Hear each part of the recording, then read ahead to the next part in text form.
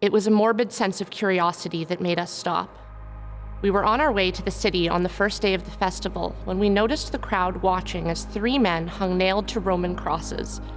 It was a gruesome way to die, hanging by the hands and feet, with the added humiliation of being stripped of clothing and slowly dying as breathing became increasingly impossible. For all its horror, we were drawn to take a closer look at the suffering inflicted on these men.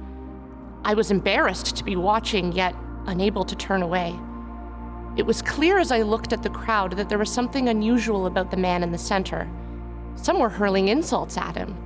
3 women stood weeping near him. He'd clearly been flogged, the bloodied stripes bearing witness to the cruelty of his captors. I was about to ask someone in the crowd what he had done wrong, but then I recognized him. It was Jesus, the man from Galilee. Many believed he would lead the revolt to expel the Romans. But his way of dealing with the Romans was to tell his followers to show them kindness. He seemed more intent on revolting against our religious leaders, and in fact, they were the ones that convinced Pilate he was a threat to Roman rule. So here we stood with a pacifist preacher crucified as a threat to the emperor. The crowd around Jesus was restless. Some of the merchants seemed to gloat that he who had cast them out of the temple courts a few days earlier was now getting his just rewards. I'd like to say that as I watched this scene unfold, my heart was filled with compassion, but it was quite the opposite. My friend Matthias was the first to join in the shouting, saying, "He got what he had coming to him. He preached salvation, but look at him now.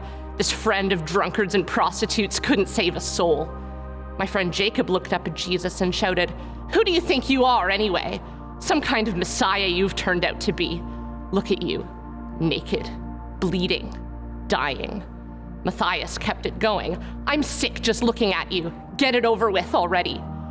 As I listened to them shouting, hate began to well up in me. This man had done nothing to me, yet the others were shouting, and I found myself filled with anger. I walked up to him and said, "Some Jew you are. You make me sick. Tell us to love our enemies. This is what happens to people who love their enemies." And then I spat on him. I don't know why I did it. By all accounts, he was a good man.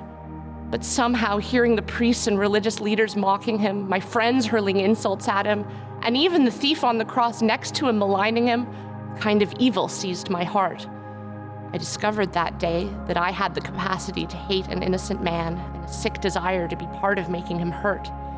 It was after I shouted at him that he looked up at the heavens and shouted these words, my God, why have you forsaken me?"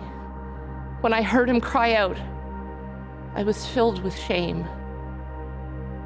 My God, what have we done?